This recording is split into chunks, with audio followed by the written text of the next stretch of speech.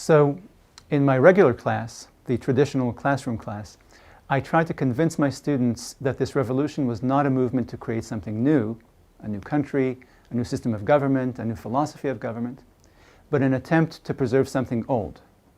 I make an argument about how we should understand the revolution, and I present evidence to show that this argument is historically valid. If I convince students, or fail to convince, they will still walk away knowing that A, the story they were told all their lives about the revolution is an interpretation, and there are other interpretations.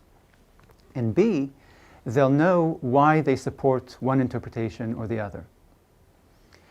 This debate about the revolution and status quo is a very old debate. It was launched already in 1776 when Tom Paine argued that over the course of the colonial era, English colonists had undergone a transformation, a long and persistent process of Americanization. According to Paine, they gradually became less British and more American in their culture and ideals and values. So, as the famous historian Gordon Wood famously said, the Revolution of 1776 simply gave political form, after the fact, to the real revolution that had taken place in the hearts and minds of Americans over the previous century and a half.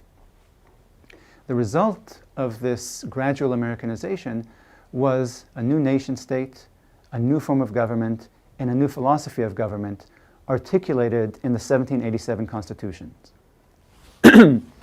Other historians have disagreed, seeing the colonies as a branch of a British civilization rather than the saplings of a new civilization. The Americans were British, they remained British, and they rebelled because they were British, not because they had become something different. To these historians, including me, Anglicization was stronger than Americanization, and the revolution was a story of continuity, not change. The revolutionists liked the status quo of salutary neglect. They complained and resisted when Parliament threatened salutary neglect. They went to war to safeguard salutary neglect, and they created a form of government in the Articles of Confederation that preserved salutary neglect, a loose confederation of self-governing states under a weak central government. So this division is, roughly speaking, a division between historians who see in the colonial era evidence of increasing Americanization among settlers, and historians who are skeptical about Americanization. One group sees the Atlantic as a cultural barrier that separated and allowed differences to form between this British population and that British population. The other group sees the Atlantic as a bridge that connected them and kept them similar. We all learned the Americanization storyline all of our lives, from our K through 12 textbooks and classes, from college, the History Channel, documentaries, and from movies and pop culture all of our lives.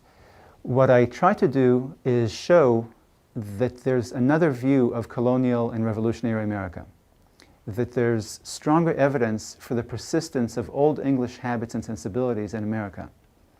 I trace forces of Anglicization in America, set the revolution in the context of English culture, and present it as a product of changes that took place in England, not America. My point is that the revolutionists understood the revolution as a backward-looking constitutional movement to resist changes coming from England and to restore old English liberties by restoring the old English system of salutary neglect.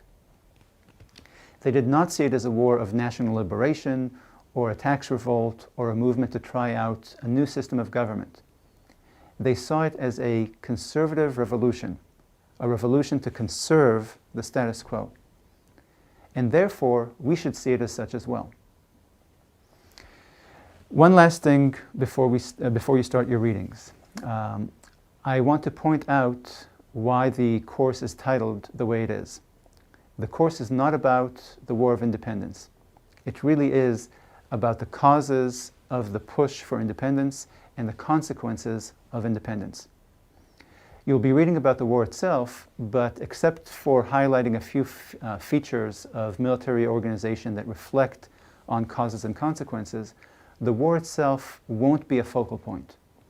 Every time I teach this, this class, a few students express frustration at the end that we skipped over the most important part. And the war is important if you want to understand how the US won its independence. It's not very important if you want to study why Americans wanted to secede from Britain. This class is dedicated to this latter question of why. I don't want you to feel that there's any false advertising here. If you want to study the war itself, you'll be disappointed and frustrated, and you'll feel that you've wasted your time and money. So, good luck. I hope you enjoy the readings and the assignments, and I hope you do well on the exams.